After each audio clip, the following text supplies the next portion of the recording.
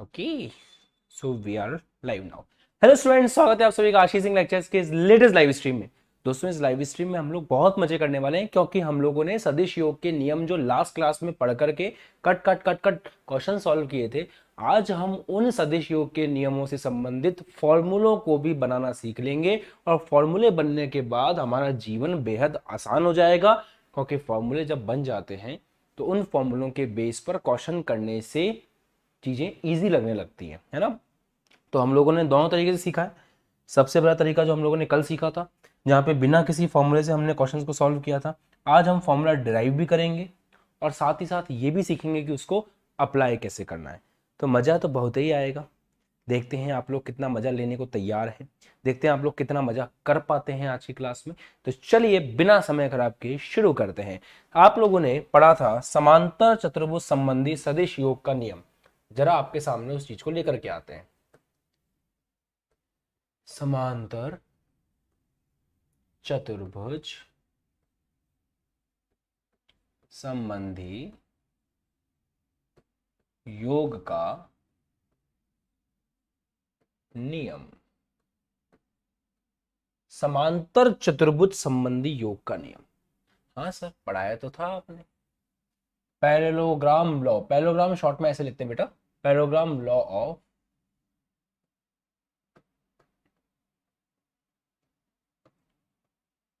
Vector addition. क्यों ना इसके फॉर्मूले ड्राइव कर लिए जाए, क्यों ना इसके फॉर्मूले बना लिए जाए। शुरू करते हैं। क्या था इसके अंदर, याद है आपको? अगर दो वेक्टर को हम इस प्रकार से देखें, थोड़ा सा बड़ा लेना पड़ेगा, छोटा चलता नहीं है, और बड़ा और बड़ा।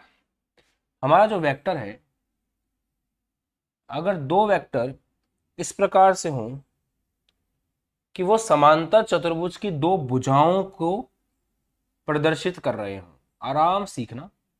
हमारे दो वेक्टर इस प्रकार से हों ए और बी कि वो समांतर चतुर्भुज की दो भुजाओं को प्रदर्शित कर रहे हों, उन दोनों का स्टार्टिंग पॉइंट एक ही हो। देखो आप, इन दोनों का जो स्टार्टिंग पॉइंट है वो एक ही है। तो ऐसे केस में अगर आपको इन दोनों का परिणामी सदिश निकालना है, ऐसे केस में यदि आपको इन दोनों का रिजल्टेंट वेक्टर निकालना है, तो आपको सबसे पहले एक समांतर चतुर्भुज पूरा करने की जरूरत है।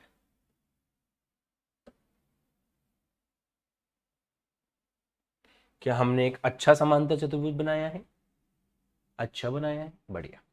तो अगर आपके दो वेक्टर समांतर चतुर्भुज की दो भुजाओं को प्रदर्शित कर रहे हैं, तो उनका रिजल्टेंट, उनका परिणामी निकालने के लिए सबसे पहले आपको समांतर चतुर्भुज पूरा करना है, जो कि आपने कर दिया। उसके बाद उनका जो परिणामी है, उनका जो परिणामी सदिश है, वो उस विकर्ण के बराबर होगा जो विकर्ण उन दोनों सदिशों के प्रतिच्छेद बिंदु से गुजर रहा है। मतलब देखो, विकर्ण तो दो हो सकते हैं, एक विकर्ण यहां पे ये हो सकता है, एक विकर्ण यहां पे ये हो सकता है। तो हम कौन सा विकर्ण लेंगे? हम वो विकर्ण लेंगे जो इन दोनों सदिशों के प्रतिच्छेद बिंदु से निकल रहा है। ये बात भी हम लोगों ने पढ़ ली थी।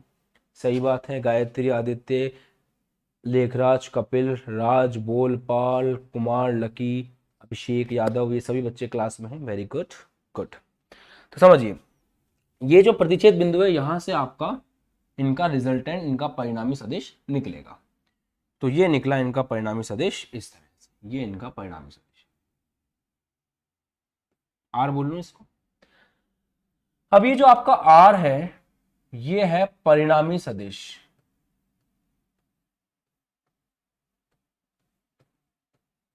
अब अगर मैं इसको एक नाम देना चाहूं, जैसे मैं इसको नाम दूं ओ ए बी सी, तो परिणामी सदिश के बारे में अगर दो बातें लिखें कि इसका परिमाण कितना है, परिमाण वैल्यू कितनी है, तो परिमाण इसका बराबर है। किसी भी सदिश का परिमाण क्या होता है?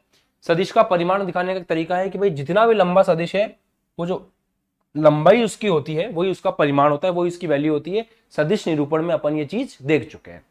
तो ये जो परिमाण है, ये जो लंबाई है ओसी, ये इस आर वेक्टर का क्या है? परिमाण है। ठीक बोले सर, बिल्कुल सही बोले सर। इसकी दिशा कैसे निकालेंगे?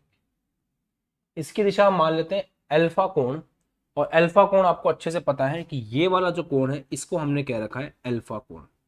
और ये कोण किससे है? ये कोण ए वेक्टर से है। तो अल्फा कोण आर का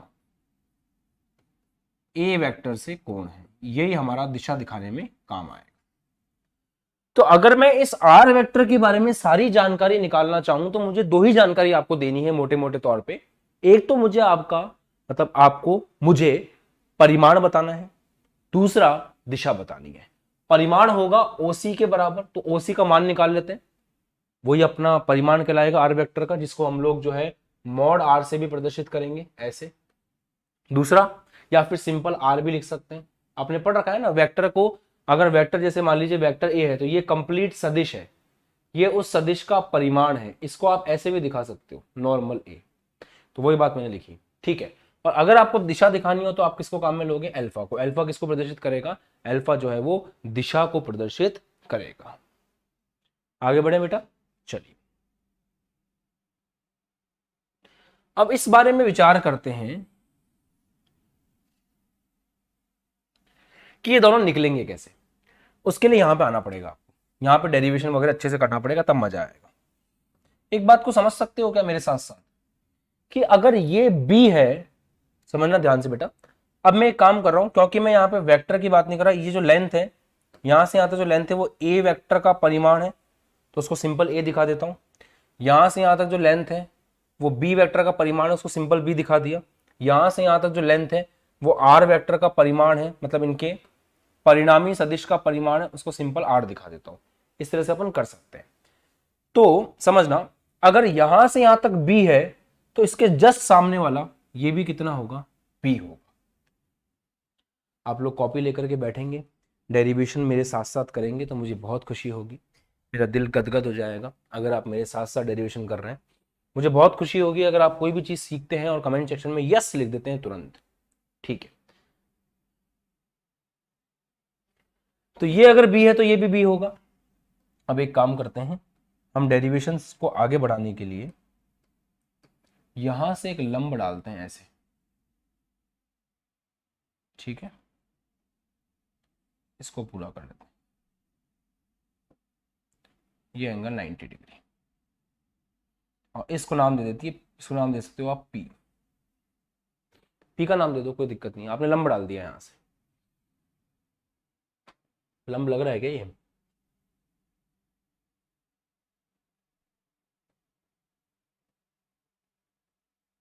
अब लग रहा है, ठीक है। अब अगर मैं आपसे बात बोलूं कि आप केवल ध्यान दीजिए ट्राइंगल ए पी सी पर, आप बोलोगे सर ये कौन सा ट्राइंगल है? ए पी सी किस प्रकार का त्रिभुज है ये एक समकोण त्रिभुज है। अगर हम केवल और केवल ट्राइंगल ए पी सी पर ध्यान दें तो ट्राइंगल ए पी सी जो है वो अपने आप में किस प्रकार का त्रिभुज है? किस प्रकार का त्रिभुज है? समकोण त्रिभुज है। ट्राइंगल ए पी सी समकोण त्रिभुज है। अब अगर ये एक समकोण त्रिभुज है तो इसके अंदर साइन कॉस टेन लग सकता है, ठीक है। इधर आते हैं, ए और बी के बीच का जो एंगल है ये वाला, मैं मान रहा हूं ये एंगल थीटा है। फिर से एक बार, जो वेक्टर ए है और जो वेक्टर बी है उसके बीच का एंगल अपन ने कितना मान लिया? एक मिनट, गंदी बात। जो वेक्टर ए है और जो वेक्टर बी है, अरे भाई मिसबिहेव काहे कर रहे हो बे? हाँ, ये वेक्टर ए है, वेक्टर बी है, इनके बीच का एंगल कितना है? थीटा है। ध्यान देना, ये वेक्टर ए और ये वेक्टर बी, इनके बीच का एंगल थीटा है। यही तो एज इट इज यहां पे है, तो ये एंगल भी कितना होगा? थीटा। कम ऑन यार, समझो यार, अगर ये एंगल थीटा है तो ये ऐसे कैसे यहाँ आ गया ना, तो अगर ये थीटा है तो ये भी थीटा हो, ठीक है sir. Triangle A P C में ध्यान दो, साइन थीटा कितना है? Sign theta. साइन थीटा होता है लंब बटा कर्ण। लंब बटा कर्ण, लंब बोले तो पीसी, कर्ण बोले तो एसी। लंब बटा कर्ण। अरे हाँ यार, ए पी सी ट्राइंगल में अगर साइन थीटा लिखे तो क्या होगा? लंब बटा कर्ण। लंब है पीसी, कर्ण है एसी। ठीक है, यहां से पीसी कितना निकल करके आ रहा है, AC साइन थीटा, जरूरत पड़ेगी तब काम में लेंगे। तो ये PC यहां से यहां तक कितना निकल करके आ गया, AC साइन थीटा। और अगर इसको और अच्छे से लिखना हो तो PC is equal to, AC किसके बराबर है, A से लेके C तक B के बराबर है, तो PC इज इक्वल टू आ गया B साइन थीटा। ठीक है सर, आपने बोला, हमने मान लिया। इसी ट्रायंगल में एक काम करो, मेरे ही कहने पर कॉस थीटा लिख करके देख लो। इसी ट्रायंगल में APC में कॉस थीटा होता है आधार बटा कर्ण।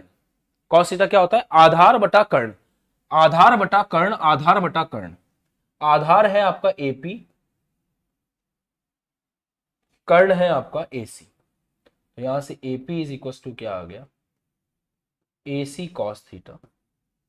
A से लेके C तक कितना है, B है, तो AP इज इक्वल टू आ गया B कॉस थीटा। ठीक है, अब मैं आपको एक मजे की बात बता रहा हूं, उसको हमेशा याद रखना।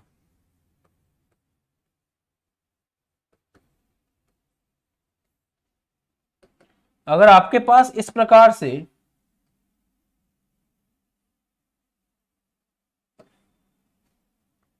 एक ट्रायंगल हो ऐसा, और इस ट्रायंगल में ये एंगल 90 डिग्री है, ये एंगल थीटा है, और मान लेते हैं कि ये A है, ठीक है, या इसको मान लो कि ये अभी समझने के लिए X है। तो ध्यान रखिएगा, एंगल के तरफ, एंगल के तरफ, एंगल के तरफ कॉस आता है, ये होगा X कॉस थीटा समकोण त्रिभुज में, और एंगल के इस तरफ साइन थीटा। डायरेक्ट आप इसको याद रख सकते हो, ये बहुत मजे की बात है आपके लिए। एक बार फिर से आप इसको ऐसे भी समझ सकते हो कि जैसे ये आपका X है इस तरह से, या X नहीं लेना चाहूं मैं, इसको A बोलना चाहूं, ये आपका ये एंगल थीटा है, तो एंगल की तरफ कॉस आता है और एंगल के अपोजिट साइन आता है। ये कितना होगा, A साइन थीटा होगा। कौन सा वाला, ये वाला कितना होगा, A साइन थीटा होगा। और ऑब्वियस सी बात है, अगर ये A साइन थीटा है तो इसके सामने वाला ये भी कितना होगा, A साइन थीटा होगा। इस तरह से यहां भी कर सकते हो ये चीज आप, कि अगर वो X साइन थीटा है उसके सामने वाला ये भी कितना होगा, X साइन थीटा। कैसे भी याद रख सकते हो बेटा, कोई दिक्कत नहीं है। एंगल की तरफ कॉस आता है, एंगल के अपोजिट साइन आता है, और साइन के सामने साइन होगा, क्योंकि बराबर ही तो है दोनों। तो उस हिसाब से अगर डायरेक्टली यहां करना चाहें तो कर सकते थे कि B ये रहा, थीटा ये रहा, तो इधर आएगा ये वाला हिस्सा होगा B कॉस थीटा, और ये वाला हिस्सा होगा B साइन थीटा। परंतु हम तो उसूलों पे चलने वाले लोग हैं, हमने पूरा डेरिवेशन करके समझा कि ये कॉस और साइन कैसे आया। पर एग्जाम में अगर जरूरत पड़े तो हम लोग मास्टर भी तो हैं, हम लोग कंसेप्ट को याद कर लेंगे, समय आने पे एकदम से उसको यूज कर लेंगे, हमेशा याद रखेंगे। सर आप मेरे से नींद में रात को 2 बजे उठा के पूछोगे तो भी मैं यही बोलूंगा कि एंगल की तरफ कॉस, एंगल के विपरीत साइन, एंगल की तरफ कॉस, एंगल के विपरीत साइन। इसको मोटी बात, मजे की बात समझ के नोट कर लेना, जीवन में बहुत ज्यादा काम आएगी। आगे बढ़ते हैं। अब अगर यहां पे देखें तो एक जबरदस्त चीज और निकल के आती है, वो सुनो, कि अभी ये आर का मान निकालना है, क्योंकि ओसी चाहिए हमको, ओसी आर का परिमाण है। तो एक काम करते हैं, मैं यहां पे एक और समकोण त्रिभुज ले रहा हूं, आप सभी लोग मेरे से एग्री करोगे लेने के बाद कि सर एक काम करो, एक समकोण त्रिभुज ले लो OPC, OPC समकोण त्रिभुज कौन सा लिया है, मेरे साथ साथ देखेंगे, जोर से बोलो जय माता दी। OPC ये रहा, ये वाला त्रिभुज लिया है OPC, OPC। इसमें कर्ण कौन है, OC है, तो कर्ण का स्क्वायर OC का स्क्वायर। इस त्रिभुज में आधार कौन है, OP है, OP का स्क्वायर। हाय हाय मजा आ गया। लंब कौन है, PC है, PC का स्क्वायर। हाँ जी, आ रहा है जी समझ में। क्लास में केवल पढ़ रहे हैं कि क्लास को एंजॉय कर रहे हैं, ये मैटर करता है। अगर एंजॉय कर रहे हैं तो फिर एंजॉय करने वाला बच्चा IIT JEE क्रैक कर सकता है। पढ़ाई को बोझ समझ के कर रहे हो तो आप लोग अपनी जिंदगी खराब कर रहे हो। अभी भी समय है, साइंस छोड़ दो। मजा आ रहा है पढ़ने में तो ही साइंस रखो, और अगर मजा नहीं आ रहा है पढ़ने में तो या तो टीचर बदलो या फिर साइंस छोड़ दो, सीधी सी बात है। चलो बेटा, तो OC स्क्वायर बराबर PC square plus OP square. अब ओसी स्क्वायर इज इक्वल टू, एक कहानी और कर सकते हैं यहां पे अपन छोटी सी, ओपी, ओ से लेकर पी तक, ओ से लेकर पी तक को हम दो टुकड़ों में तोड़ सकते हैं, ओ से लेकर ए तक, फिर ए से लेकर पी तक। तो ओपी को आप दो टुकड़ों में तोड़ सकते हो, ओ से लेकर ए तक प्लस ए से लेकर पी तक, इस तरह से।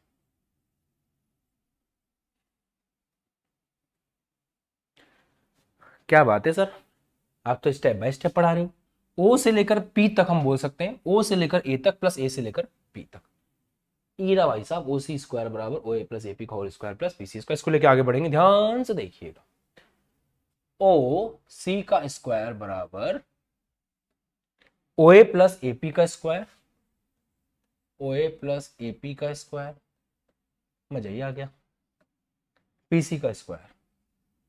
चलो सर जल्दी से करते हैं। ओ C square is equal to, जल्दी जल्दी बताओ सर कौन सी चीज क्या है, फटाफट, टाइम खराब नहीं करना। ओ से लेकर ए तक, ओ से लेकर ए तक कितना है, ए है। ए से लेकर पी तक कितना है, बी कॉस थीटा है। अभी अभी आपने ड्राइव किया है। ओ से लेकर ए तक ए है और ए से लेकर पी तक बी कॉस थीटा है। तो यहां पे आ जाएगा ए प्लस बी कॉस थीटा का होल स्क्वायर प्लस पीसी कौन है, पी से लेके सी तक बी साइन थीटा है, निकाल चुके हैं। तो पी से लेके सी तक है बी साइन थीटा का होल स्क्वायर। चलो सर जल्दी सॉल्व करो। ओसी क्या है, आर स्क्वायर है, A plus B cos theta का होल स्क्वायर प्लस, देखो बी साइन थीटा का होल स्क्वायर होगा बी का स्क्वायर साइन स्क्वायर थीटा। ठीक है, अब इसको जब खोलेंगे तो किस प्रकार खुलेगा, ध्यान से देखिएगा। ए प्लस बी का होल स्क्वायर क्या होता है, A square plus B square plus 2ab cos theta, गंदी बात, 2ab, A square plus B square plus 2ab। ये हमारा कैपिटल ए है और ये हमारा कैपिटल बी है। फॉर्मूला लगाओ बेटा साथ साथ, कैपिटल ए का स्क्वायर, कैपिटल बी का स्क्वायर, बी कॉस थीटा का square, B square cos square theta plus 2 capital A capital B, 2 capital A की जगह कौन है, स्मॉल ए, और कैपिटल बी की जगह कौन है, बी कॉस थीटा। तो इसका स्क्वायर ओपन करेंगे तो कहानी इस प्रकार से आएगी कि A square plus B square cos square theta plus 2ab cos theta. ठीक है सर, प्लस में क्या चल रहा है यहां से, B square sine square theta. मजा ही आ गया सर, मस्त पढ़ा रहे हो। R square is equal to, खुद की तारीफ कर रहे हो sir, A square plus B square cos square theta और B square sine square theta को ले सकते हैं अपन। B square sine square theta plus B square cos square theta करेंगे तो बी स्क्वायर कॉमन आ जाएगा, अंदर बचेगा sign square theta plus cos square theta. साथ में ये चीज ऐसे कैसे चल रही है, 2ab कॉस थीटा। ठीक है जी, sine square theta plus cos square theta कितना होता है, 1 होता है। तो ये 1 हो गया तो आर स्क्वायर कितना निकल के आ गया, A square plus B square plus 2ab cos theta.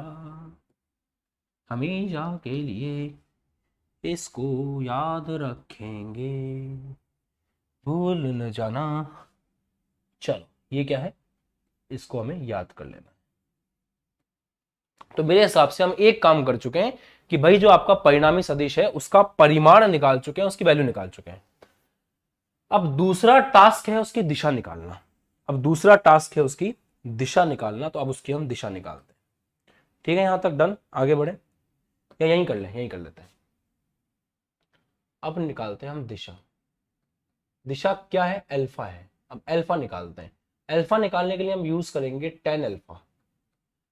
अब आपको tan अल्फा निकालने के लिए दिशा निकालनी है ना आपको कि भाई आर वेक्टर जो है वो ए वेक्टर से कितने एंगल पर है, ये निकालना बहुत जरूरी है कि आर वेक्टर जो है वो ए से कितने एंगल पर है, वो निकालना है अपन को। कैसे निकालेंगे भैया, देखो बहुत सिंपल है। ट्राइंगल वापस से वही पकड़ो, ओ गंदी बात, ओ पी सी, ट्राइंगल फिर से वही पकड़ो, triangle O P C.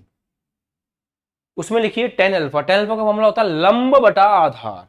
tan alpha का फॉर्मूला होता है लंब बटा आधार। तो लंब क्या है, लंब है पीसी, लंब क्या है, लंब है पीसी डिवाइड बाय आधार, आधार है ओपी, आधार है ओपी। आ गया समझ में, एक नंबर समझ में आया सर, कोई कमी नहीं है ना, सही कह रहा हूं ना मैं। तो टेन अल्फा बराबर है पीसी डिवाइड बाय ओपी, लंब बटा आधार। पीसी क्या है आपका, पीसी को तो जानते हो आप, पीसी होता है B sine theta divide by OP क्या है, ओपी है ओए प्लस एपी, पढ़ चुका है आपने। ओए कितना है, ओ से लेकर ए तक, गंदी बात, ओए लिख दिया क्या मैंने यहाँ पे, ओपी, हाँ सही है। ओपी कितना है, ओ से लेके पी तक कितना है, ओ से लेके ए तक प्लस ए से लेके पी तक, तो ये है ओए प्लस एपी। एक स्टेप और लिख देता हूं, बाकी आपको तो आता ही है, sine B sine theta upon O A कितना है, ओ ए है ए और ए पी है बी कॉस थीटा, तो A plus B cos theta. यहां से क्या निकल के आएगा, यहां से निकल करके आएगा टेन अल्फा।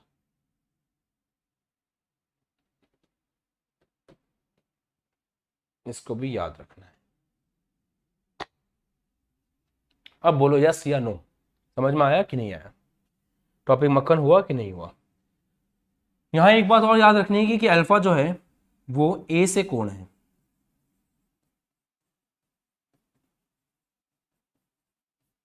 ए और सी के मध्य कोण है, ठीक है। कभी कभी ऐसा भी हो जाता है बेटा कि आपको ये बोले कि हमें डायरेक्शन ए से नहीं चाहिए, हमें डायरेक्शन बी से चाहिए, तो बी से जितना कोण बन रहा है मान लेते हैं वो कोण बीटा है, तो कभी कभी बीटा भी आपसे पूछ सकते हैं, ऐसी कोई बात नहीं है, कभी कभी बीटा भी आपसे पूछा जा सकता है, कोई टेंशन नहीं है। डरते हैं क्या हम, डरते तो हम किसी से नहीं है सर, हम तो किसी से नहीं डरते सर। देखो आपको पता है कि आपके पास दो वेक्टर हैं, एक वेक्टर ये रहा आपके पास ए वेक्टर, अंधी बात, ये आपके पास ए वेक्टर है, ये आपके पास बी वेक्टर था, ये इनका रिजल्टेंट आ रहा था आर वेक्टर, ये एंगल अल्फा है, ये एंगल थीटा है और ये एंगल बीटा है। अगर बी से एंगल चाहिए तो वो बीटा है, अगर ए से एंगल चाहिए तो वो अल्फा, और ए और बी के बीच का एंगल थीटा है। तो यहां से एक बात साफ समझ में आ रही है कि theta is equal to alpha plus beta. तो अगर आपसे कोई बीटा पूछ रहा है तो उसको निकालने का एक तरीका हो गया, थीटा में से अल्फा को माइनस कर दो, तो इस फॉर्मूले से अल्फा निकाल लो और अल्फा निकाल करके थीटा में से उसको माइनस कर दो, आपके पास बीटा आ जाएगा, मतलब आपके पास ये वाला एंगल आ जाएगा। एक तरीका तो ये है। दूसरा तरीका है कि यहां पर भी आप एक एंगल ट्राइंगल लेकर के काम कर लो, यहां पे भी आप ट्राइंगल लेकर के काम कर सकते हो, कोई समस्या वाली बात नहीं है उसके अंदर। अगर ट्राइंगल लेकर के काम करोगे, वही टेन थीटा टेन बीटा का फॉर्मूला लगाओगे, अगर इसमें भी आप टेन बीटा का फॉर्मूला लगाओगे, तो मैं डायरेक्ट ट्रिक से आपको याद करवा देता हूं कि टेन बीटा का फॉर्मूला क्या आएगा। सिंपल है, ए बन जाएगा बी, बी बन जाएगा ए। इधर आओ, यहां क्या लिखा है, बी साइन थीटा, जब टेन बीटा लिखोगे तो ऊपर आएगा ए साइन थीटा। नीचे क्या लिखा हुआ है, A plus B cos theta, वहां आएगा बी प्लस ए कॉस थीटा। जय माता दी, डायरेक्ट याद कर सकते हो आप इसको। बस ए और बी को एक्सचेंज करके, ए और बी को एक्सचेंज करके, ए और बी को एक्सचेंज करके फॉर्मूला लिख देना, फॉर्मूला हो जाएगा ए साइन थीटा प्लस बी ए कॉस थीटा। और बीटा किससे एंगल है, ये है आर का, किससे एंगल, बी से एंगल। यहाँ मैंने सी लिख दिया था, एक्चुअली मैंने सी बोला ही नहीं है, हम लोगों ने आर बोला है ना उसको, तो यहाँ पे गंदी बात नहीं करनी चाहिए, आर का कोण होगा, ठीक है। बोलो समझ में आ गया। कुछ नहीं करना है, जहां जहां बी आ रहा है वहां ए कर देना, जहां जहां ए आ रहा है वहां बी कर देना, मामला सेट हो जाएगा, फॉर्मूला बन के रेडी हो जाएगा। ये फॉर्मूला भी आपको याद रख लेना। तीन फॉर्मूला आपके पास हो गए। पहला फॉर्मूला इनके परिमाण का, वैल्यू का फॉर्मूला, दूसरा अल्फा ए से जो कोण है परिमाणी सदिश का वो, और तीसरा बी से जो कोण है परिमाणी सदिश का वो।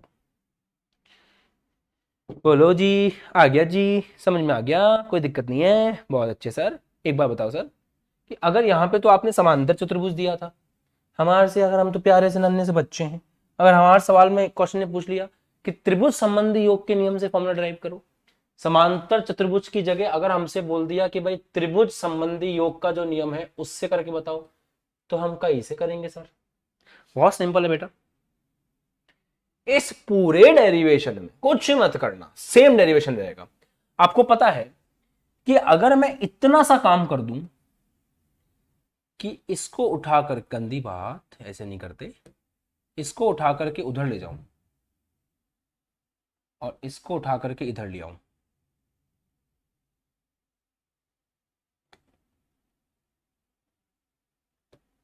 हो गया त्रिभुज संबंधी योग का नियम। वाह सर, दो वेक्टर जो एक दूसरे के बाद क्रम में है, तीसरा जो विपरीत होगा वो उन दोनों के योग के बराबर होगा। सब कुछ तो सेम है। इसी को उठा करके इधर ले आओ, समांतर चतुर्भुज संबंधी योग का नियम। इसको उठा करके इधर ले जाओ, त्रिभुज संबंधी योग का नियम। तो अगर यही डेरिवेशन त्रिभुज संबंधी योग के नियम के लिए पूछ लिया जाए, अरे तो कुछ नहीं करना भैया, इसको डैश डैश कर देना और इसको सॉलिड लाइन बना देना, एरो बना देना बस। तो बी वेक्टर यहां से यहां पहुंच जाएगा, त्रिभुज संबंधी योग का नियम हो गया। और इसी बी वेक्टर को यहां ले आओगे, इसको यहां कर दोगे ऐसे, और इसको यहां कर दोगे, ये समांतर चतुर्भुज संबंधी योग का नियम। केवल इतना सा काम करना है और दोनों डेरिवेशन सेम रहेंगे।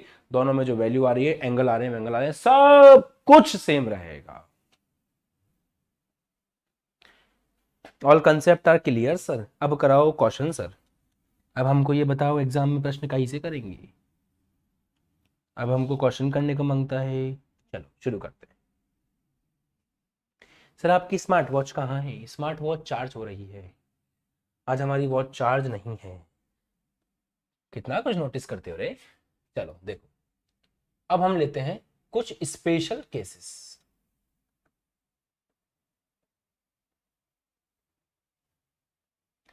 अब हम तुमसे पूछेंगे सवाल। सबसे पहली बात, अगर थीटा 0 हो तो क्या होगा? अब यहां से आप लोगों को फोकस करना है, अच्छी अच्छी चीजें सीखने को मिलेंगी, मजा आएगा। जैसे मान लीजिए दो वेक्टर है, एक वेक्टर ऐसे लग रहा है ए वेक्टर, और दूसरा वेक्टर भी ऐसे ही लग रहा है बी वेक्टर। इन दोनों के बीच में एंगल 0 है। ऐसे केस में क्या होगा? चेक करते हैं। अगर इन दोनों के बीच में एंगल 0 है तो इनका जो परिणामी आएगा आर, वो क्या होगा? आर स्क्वायर बराबर A square plus B square plus 2ab cos theta. सही बात है, यही फॉर्मूला होगा क्या? यही फॉर्मूला होगा क्या? अब R square is equal to A square plus B square plus 2ab है। इसका मतलब R is equal to under root A square plus B square plus 2ab cos 0 degree. Cos 0 degree क्यों बेटा? क्योंकि तो दोनों एक ही दिशा में है, एंगल 0 होगा। कॉस 0 1 होता है, तो आर इज इक्वल टू हो गया under root of A square plus B square plus 2ab। ठीक है भाई। अब यहां से देखें, आगे बढ़े, तो R is equal to A square plus B square plus 2ab होता है ए प्लस बी का होल स्क्वायर। स्क्वायर और अंडर रूट एक दूसरे को हटा देंगे, आर इज इक्वल टू कितना निकल के आ जाएगा? ए प्लस बी। मतलब अगर दो वेक्टर एक ही डायरेक्शन में हो, दो वेक्टर एक ही दिशा में हो, तो उनका परिणामी का डायरेक्ट फॉर्मूला होता है ए प्लस बी। और आपको एक तगड़ी बात बताऊं, तगड़ी बात यह है कि इस पूरे एक्सप्रेशन में आर मैक्सिमम पता है कब होगा? आर अधिकतम पता है कब होगा? जब कॉस थीटा अधिकतम होगा। और आपको पता है कॉस थीटा अधिकतम कब होता है? कॉस थीटा का मैक्सिमम मान कितना है? प्लस का 1। कॉस थीटा अधिकतम कितना होता है? प्लस का 1 होता है। और पता है कॉस थीटा प्लस का 1 कब होता है? जब थीटा बराबर 0 डिग्री होता है। इसका मतलब मजे मजे में आपने वो वाला केस देख लिया है जब आर मैक्सिमम होगा। तो यहां से आपको सीखने के लिए तगड़ी बात में बात नंबर 1 ये है कि आर मैक्सिमम का मान क्या है? A plus B. और आर मैक्सिमम कब होगा? जब थीटा इज इक्वल टू कितना होगा? 0 डिग्री होगा। मतलब दो वेक्टर अगर एक ही दिशा में है, यूं है, बिल्कुल ऐसे हैं, तो वहां पे थीटा 0 होगा और आर मैक्सिमम आएगा ए प्लस बी। आगे बढ़े। केस नंबर 2 बताओ सर, मजा आ रहा है पढ़ने में। केस नंबर 2, तुम इधर हम इधर, दोनों हैं खफा खफा। देखो, ए वेक्टर इस तरफ, बी वेक्टर इस तरफ, एंगल थीटा इनके बीच में है 180 डिग्री। एंगल थीटा कितना है? 180 डिग्री है। सर जी फॉर्मूला लगाओ खटाखट। R is equal to under root, direct बोलू, under root A square plus B square plus 2ab cos theta. जल्दी से करो sir. Under root A square plus B square plus 2ab cos 180 degree cos 180 होता है -1 under root A square plus B square minus का 2ab, क्योंकि cos 180 का जो मान है, कितनी लाइनें खींच रहे हो सर, cos 180 का जो मान है वो है -1, ठीक है। और आपको एक मसला बताऊं, ये cos का मिनिमम मान है, इससे न्यूनतम मान नहीं होता cos का। cos अधिकतम, cos का जो ग्राफ है ना वो इस तरह का होता है, तो cos अधिकतम जाता है +1 और मिनिमम जाता है -1, ठीक है। पढ़ोगे आप लोग ट्रिग्नोमेट्री में, कोई बात नहीं। इसको देखो, r इज इक्वल टू क्या होगा, under root A square plus B square minus का 2ab। एक ही चीज को बार बार लिखते हो यार, A square minus B square, A square plus B square minus 2ab होता है ए माइनस बी का होल स्क्वायर। स्क्वायर से अंडर रूट मर जाएगा, कट जाएगा, पिट जाएगा, और r इज इक्वल टू आएगा a माइनस बी। ये r, क्योंकि cos थीटा एकदम न्यूनतम है, मिनिमम है, इसलिए ये r का सबसे मिनिमम मान है, ठीक है। तो ये r का सबसे न्यूनतम मान है, मिनिमम मान है a माइनस बी। और याद रखेंगे ये तगड़ी बात नंबर 2, या फिर मोटी बात नंबर 2, या फिर पॉइंट टू रिमेंबर नंबर 2, जो भी आप कहें, कि r मिनिमम कितना होता है, a माइनस बी के बराबर होता है। और r मिनिमम कब होता है, जब थीटा इज इक्वल टू कितना होता है, 180 डिग्री होता है। क्या बात है सर, मजा ही आ गया। आगे बढ़े, मजा आ रहा है वेक्टर पढ़ने में? कोई बच्चा ऐसा तो नहीं है जिसको लग रहा है कि सर यार बोर कर रहे हो यार? देखो, अगर आपके पास दो वेक्टर हैं, एक वेक्टर ए है, अब यहां से आपने जो बात सीखी उसको मैं समराइज कर रहा हूं। एक वेक्टर ए वेक्टर, एक वेक्टर बी वेक्टर के बीच का एंगल थीटा है, तो उनका जो आर आएगा ना, उस आर का मैक्सिमम मान कितना होगा, ए प्लस बी, अभी अभी आपने सीखा। और ये मैक्सिमम मान कब होगा, जब इनके बीच का एंगल थीटा कितना होगा, 0 डिग्री। अगर दो वेक्टर इस तरह से थीटा एंगल पर हैं तो इनका मिनिमम मान कितना होगा, ए माइनस बी। और इनका मिनिमम मान कब होगा, जब एंगल थीटा कितना होगा, 180 डिग्री। इसका मतलब जो आर है उसका सबसे न्यूनतम मान जो है, सबसे कम जो मान है वो है ए माइनस बी, और आर का जो सबसे अधिकतम मान संभव है वो है ए प्लस बी। इसका मतलब आर जो है वो ए प्लस बी से बड़ा नहीं हो सकता, और आर जो है वो ए माइनस बी से छोटा नहीं हो सकता। तो दो वेक्टर जो ए और बी हैं, उनका जो परिणाम है, उनका जो परिणामी है, उसकी रेंज कहां से कहां तक आ रही है, ए माइनस बी से ए प्लस बी तक जा रही है। मतलब आर की रेंज है, ये आर का परास है कि आर ए माइनस बी से ए प्लस बी कुछ भी हो सकता है। क्या ये बात समझ में आई तुम्हारे? क्या ये बात समझ में आई तुम्हारी?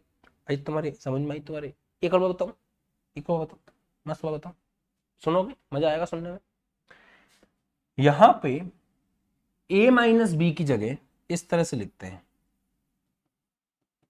a स्लैश बी, ये ऐसा बनाते हैं। इसका पता है क्या मतलब है? जैसे मान लो एक वेक्टर जो है वो 15 है और एक वेक्टर 10 है, तो 15 माइनस 10 कितना होता है, 15 माइनस 10 होता है 5। एक बात अच्छे से याद रखना, r जो है वो परिणामी सदिश का परिमाण है। r जो है वो इस परिणामी सदिश का लेंथ है, यहां से लेकर यहां तक है। OC is equal to R है, और क्योंकि OC एक लेंथ है, एक लंबाई है, इसलिए OC का मान कभी भी नेगेटिव नहीं हो सकता। तो इस बात का ध्यान रखना बच्चों, हमेशा ध्यान रखना कि जैसे आपको कभी कोई ए का मान दे रखा हो 15 और बी का मान दे रखा हो 10, तो ए माइनस बी कितना आएगा, 15 माइनस 10 बराबर 5 प्लस का, ठीक है। परंतु किसी क्वेश्चन ने आपको दे रखा हो ए इज इक्वल टू 10 और बी इज इक्वल टू 15, तो आप A minus B is equal to 15 minus, गंदी बात, ए माइनस बी बराबर 10 माइनस 15 बराबर माइनस का 5 मत लिख देना, माइनस का 5 यहां पे गलत माना जाएगा, क्योंकि आर का परिमाण निकाल रहे हो। अब आर एक लंबाई है उस वेक्टर की, और लंबाई कभी भी नेगेटिव नहीं होती, इसलिए यहां पे मैंने ये साइन लगा दिया। ये बोलता है ए और बी के बीच का अंतर। इसका मतलब क्या है, ए तथा बी के बीच का अंतर। जो बड़ा है उसमें से छोटे वाले को माइनस कर देना है। अगर ए बड़ा है और बी छोटा है तो ए माइनस बी कर देना, अगर बी बड़ा है ए छोटा है तो बी माइनस ए कर देना। बट एक बात का विशेष विशेष विशेष ध्यान रखना कि वैल्यू नेगेटिव नहीं आ सकती कभी भी आर की। R minimum can not be negative, ये हमेशा पॉजिटिव होगा। इसलिए मैं इसके आगे ऐसे मॉड लगा सकता हूं आप चाहो तो। मॉड का मतलब होता है कि अंदर जो संख्या है वो संख्या कुछ भी हो, बाहर जो संख्या आएगी वो प्लस ही आएगी। अंदर जो संख्या है वो कुछ भी हो, बाहर संख्या आएगी वो प्लस ही आएगी। ठीक है। अश्वनी कह रहे हैं मेरे को कुछ समझ में नहीं आ रहा बेटा जी, लेट आए हैं क्लास में। अगर क्लास में लेट आएंगे तो फिर ऊपर से जाएगा। बट जो बच्चे क्लास में रेगुलरली सुबह से आ गए हैं, सुबह मतलब अभी 1 घंटे पहले से आ गए हैं, क्या उनको समझ में आ गया है? मैं बस इतनी सी बात बोल रहा हूँ यार, बहुत छोटी बात बोल रहा हूँ, बहुत छोटी बात बोल रहा हूँ कि a माइनस बी का वैल्यू कभी नेगेटिव नहीं आ सकती। अंतर है ये लंबाई ना, आर मिनिमम का मतलब क्या, आर की लंबाई, और आर क्या है, आर एक वेक्टर की लंबाई है, परिमाण है उसका, वो नेगेटिव कैसे हो सकता है? इसलिए आर मिनिमम कभी नेगेटिव नहीं आएगा। जो बड़ा है उसमें से छोटे वाले को अपन माइनस करेंगे, इसलिए मैंने अंतर करके लिख दिया है। तो यहां पे बेटर ये रहेगा कि या तो मैं इसको इस तरह से लिखूं या फिर मैं एक काम करूं कि इसको इस तरह से लिखूं।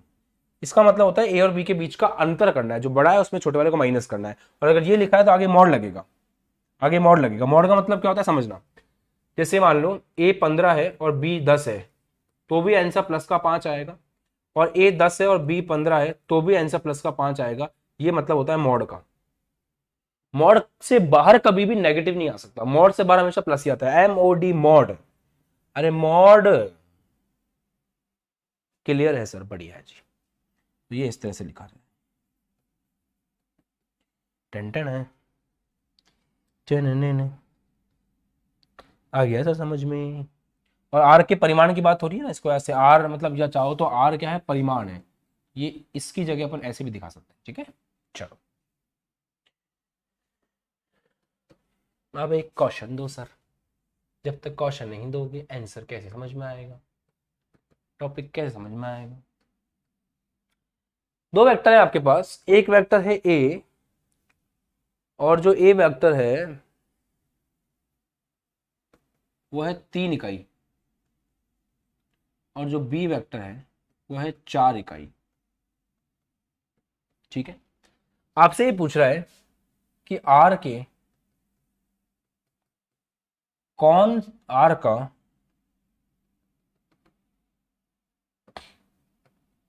कौन सा मान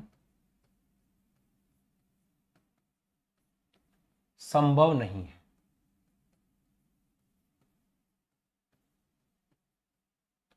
आर का कौन सा मान संभव नहीं? ऑप्शन दे रहे हैं आपको 1 2 3 एंड 4। पहला ऑप्शन है आपके पास 2, दूसरा ऑप्शन है 3 6 8। 2 इकाई, 3 इकाई, 6 इकाई, 8 इकाई। बताओ, सॉल्व करिए, सॉल्व करिए, प्रश्न को हल करिए। कि एक वेक्टर है 3 इकाई, दूसरा वेक्टर है आपका 4 इकाई। सर मैं नया स्टूडेंट हूँ, बहुत दिनों से यूट्यूब पर फिजिक्स की क्लास ढूंढ रहा था, तब आपकी क्लास दिखी। सर आपने जो पहले लेक्चर में पढ़ाया मुझे तुरंत समझ में आया। रेगुलरली क्लास में आइए, आगे बहुत कुछ समझ में आएगा। धीरे धीरे धीरे धीरे जब आप पढ़ने लगेंगे आपके अंदर अपने आप कॉन्फिडेंस आता जाएगा कि नहीं, मैं ही वो व्यक्ति हूँ जो IIT JEE में सेलेक्ट होऊंगा, मैं ही वो व्यक्ति हूँ। मैं दुनिया में ढूंढ रहा था IIT JEE का बच्चा कैसा दिखता है, अरे मैं ही तो हूँ IIT JEE का बच्चा। मैंने कभी आईने में खड़े होकर खुद को उस नजरिए से देखा ही नहीं, अहिला मैं ही तो हूं जो IIT JEE क्रैक कर सकता हूं। ये सब कॉन्फिडेंस आपके अंदर आने लगेगा अगर आप पढ़ाई को एंजॉय करोगे। अभी आंसर आने लगे हैं, रुझान आने लगे हैं। वो होता है ना इलेक्शन के बाद रुझान आते हैं, ये रुझान एग्जिट पोल आने लग गया। 8 8 8 8 8, क्या बात है। देखो आर जो है, आर का मिनिमम मान कितना हो सकता है, दोनों के बीच का अंतर, और मैक्सिमम मान कितना हो सकता है, दोनों का योग। दोनों के बीच का अंतर कितना है, 1 है, और दोनों का योग कितना है, 7 है। कहने का मतलब है अंतर देखना होता है आपको, बड़े में छोटे वाले को माइनस कर दो, 4 में से 3 को माइनस कर दिया, मतलब आर का जो मान है वो 1 से 7 के बीच में कुछ भी हो सकता है। तो 2 1 और 7 के बीच में आता है, पॉसिबल है। 3 1 और 7 के बीच में आता है, पॉसिबल है। 6 1 और 7 के बीच में आता है, पॉसिबल है। 8, अरे नहीं तुम तो 7 से बड़े हो, हमारा 8 7 से बड़ा हो ही नहीं सकता, भागो यहां से। 8 जो है वो आपका आंसर आ गया, समझ में आ गया, आ गया, समझ में आ गया। अब और कराओ सर, आगे बढ़ते हैं। चलो अब दिमाग लगाए हैं अपन थोड़ा सा कि दो वेक्टर अभी कौन कौन से एंगल चेक कर लिया अपन ने। 0 डिग्री का एंगल देख लिया अपन ने दो वेक्टर के बीच में, दो वेक्टर के बीच में 180 डिग्री का एंगल हो वो भी अपन ने चेक कर लिया। अब हम देखते हैं कि यदि दो वेक्टर के बीच में 90 डिग्री का एंगल हो तो क्या होगा। केस नंबर 3,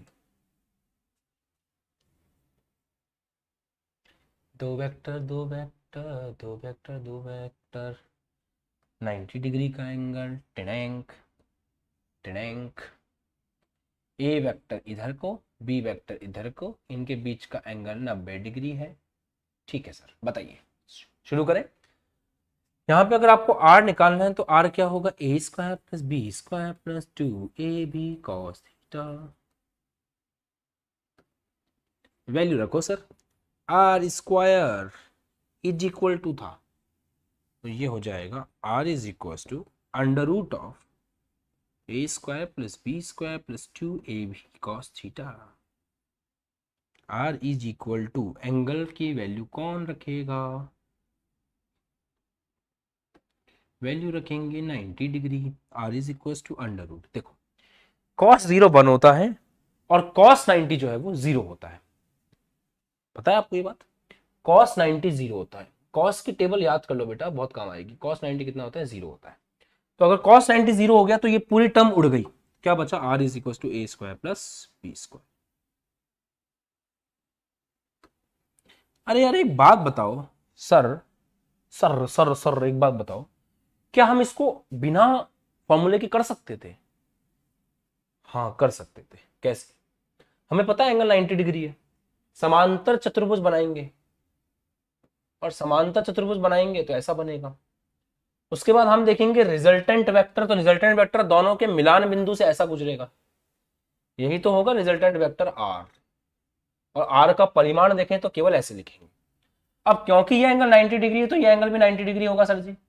और अगर ये एंगल 90 डिग्री है तो डायरेक्ट यहां पे पाइथागोरस प्रमेय लगा सकते हैं कि कर्ण का स्क्वायर इज इक्वल टू लंब का स्क्वायर प्लस आधार का स्क्वायर। डायरेक्ट भी किया जा सकता है और ए और बी के बीच का एंगल 90 डिग्री रख के इस फॉर्मूले से भी किया जा सकता था, कोई फर्क नहीं पड़ता उससे। ठीक है सर, मजा आ गया सर, आगे पढ़ाओ। अगर मैं इससे इसका एंगल देखना चाहूं अल्फा, क्योंकि डायरेक्शन तो बतानी पड़ेगी ना, तो अगर एंगल अल्फा देखना चाहूं तो अल्फा का फॉर्मूला क्या होता है, गंदी बात, टेन अल्फा का फॉर्मूला क्या होता है, भूल न जाना साथ निभाना, कहा है, गंदी बात, B sine theta upon A B, A plus B cos theta, B sine theta upon A plus B cos theta. चलो वैल्यू पुट करते हैं, पुट करो वैल्यू, पुट करो value, tan alpha is equal to B sine theta, B sine theta, sine theta बोले तो 90 degree, A plus B cos theta, theta बोले तो 90 degree, क्योंकि थीटा किसके बीच का एंगल होता है, ए और बी के बीच का एंगल होता है। ठीक है बेटा, अब देखो साइन 90, साइन 0 0, साइन 90 1, तो यहां पे बच्चा केवल बी, ए प्लस कॉस 0 1 होता है, कॉस 90 0 होता है, ये पूरा 0 हो गया, तो 0, टेन अल्फा कितना निकल के आया, बी अपॉन ए।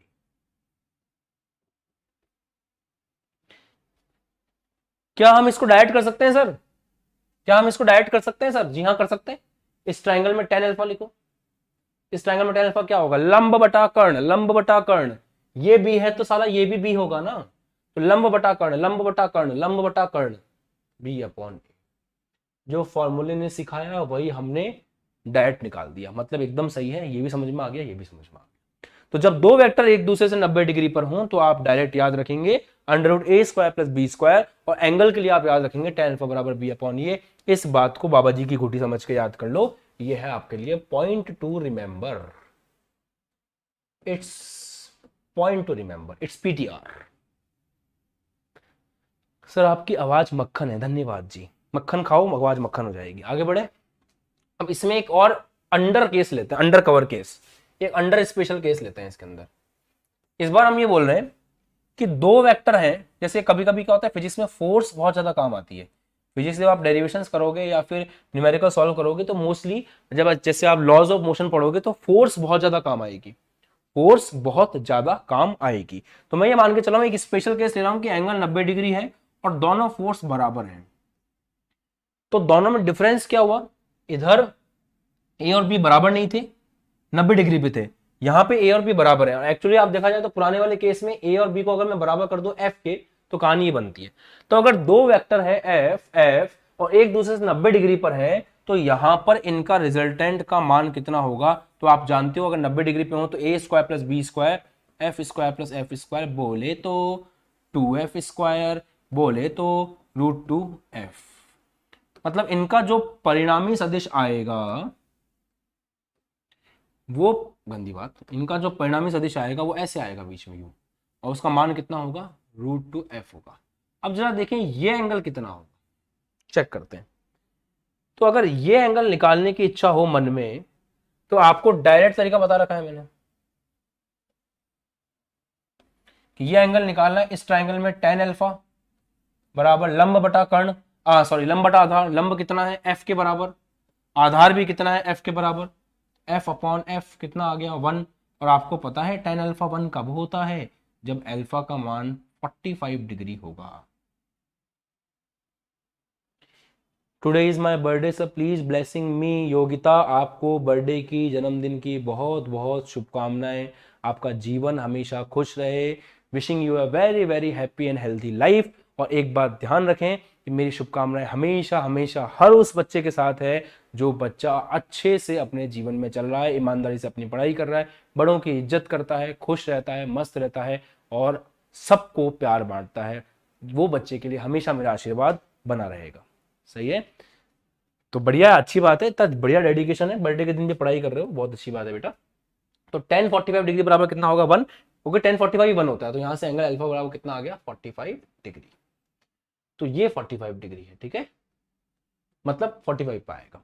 तो यहां से दो तीन बातें सीखी हमने कि यदि दो वेक्टर बराबर हों, दो वेक्टर अगर ऐसे बराबर हों, तो दो वेक्टर बराबर हों और 90 डिग्री पर हों तो उनका रिजल्टेंट ठीक बीच में से आता है।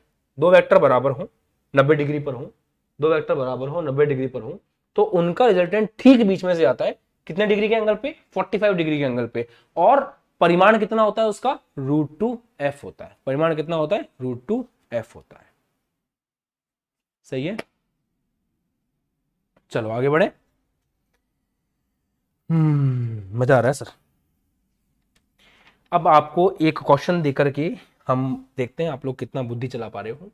स्पेशल केस चल रहे हैं, तो कौन सा थर्ड हो गया था, चलो फोर्थ की बात करते हैं। फोर्थ फोर्थ फोर्थ सर मैं करूंगा, मैं इसको करके दिखाऊंगा। एक वेक्टर इधर है, एक वेक्टर इधर है, ई है बबुआ ए वेक्टर, ई है बबुआ बी वेक्टर। इन दोनों के बीच में एंगल है 120 डिग्री। अब आप लोगों का काम यह है कि आपको यह बताना है कि आर कितना होगा।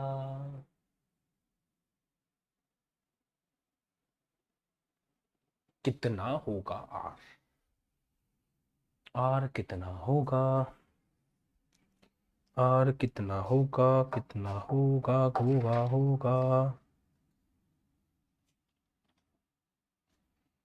आर कितना होगा। और एक काम और करूं क्या, इसको और अच्छे से बता देता हूं। दोनों बराबर हैं, ये एफ है तो ये भी एफ है। आर कितना होगा और अल्फा कितना होगा,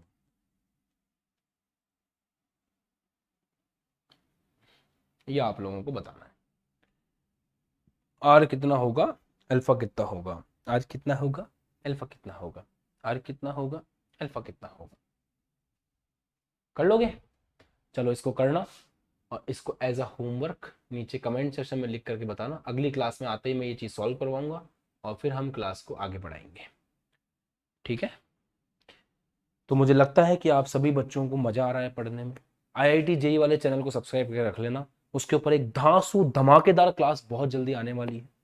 जिन भी बच्चों ने उस चैनल को सब्सक्राइब नहीं कर रखा है, नीचे लिंक है, उस लिंक डिस्क्रिप्शन में लिंक है उस चैनल का, जाके सब्सक्राइब कर लो। बहुत जल्दी धमाकेदार धड़ धड़ धड़ धड़ उसके ऊपर वीडियोस आने वाले हैं, उसी की तैयारी चल रही है। और ट्रस्ट मी, उसको सब्सक्राइब कर लिया तो लाइफ झिंगा लाला, इसलिए कह रहा हूँ किसी भी हालत में सब्सक्राइब कर लो। इंस्टाग्राम पे फॉलो नहीं किया है तो इंस्टाग्राम पे जाके फॉलो कर लो, वहाँ भी हम छोटे छोटे सेशंस लेते रहते हैं जहाँ पे हम ये बात करते हैं बच्चों से कि भाई आपकी पढ़ाई कैसी चल रही है, आप लोग अपने को रिव्यूज़ देते हो, वहाँ पे भी हम लोग आपसे बात करते रहते हैं। और अभी तक आपने अगर बैच ज्वाइन नहीं किया है, नीचे नंबर शो हो रहे हैं उसके ऊपर एक छोटा सा मैसेज डाल दो व्हाट्सएप पे, या फिर इस नंबर पे समय निकाल के कॉल कर लो, आपको जानकारी मिल जाएगी। बैच को जल्दी से ज्वाइन कर लो। अगर आपको 12th में बोर्ड में 100 में से 100 लाने हैं तो 11th का फंडामेंटल एकदम स्ट्रांग हो जाएगा। IIT जेई क्रैक करना है तो आपका फंडामेंटल एकदम स्ट्रांग हो जाएगा। जल्दी से आके ऐसा करिए। इस लाइव क्लास के खत्म होते ही आप एक दूसरी लाइव क्लास पे ऑटोमेटिकली चले जाओगे, जो केमिस्ट्री क्लास होगी। आज हम आधुनिक आवर्त सारणी पढ़ेंगे, एक एक बच्चे को आधुनिक आवर्त सारणी सीखनी चाहिए। 5 मिनट का समय है, चाय कॉफी पी लो, पानी पी लो, फिर हम लोग मिलेंगे आवर्त सारणी के टॉपिक में। बाय बाय, जय हिंद, टेक केयर, खुश रहिए, मस्त रहिए, पढ़ाई करते रहिए, इसी प्रकार से क्लास में एक्टिव बने रहो। तुमने दिल जीत ही लिया है। अब कमेंट सेक्शन में जाकर के आज का होमवर्क, थीटा बराबर 0 पे क्या होता है, थीटा बराबर 90 पर क्या होता है, थीटा बराबर 120 पर क्या होता है, थीटा बराबर 180 पे क्या होता है, चारों के जो पॉइंट टू रिमेंबर थे वो कमेंट सेक्शन में लिखने हैं। ये आपका आज का होमवर्क है। बाय बाय, जय हिंद, टेक केयर, मस्त रहो, खुश रहो। वीडियो को लाइक जरूर से कर देना, सारे चैनल्स को सब्सक्राइब जरूर से कर देना। जय हिंद।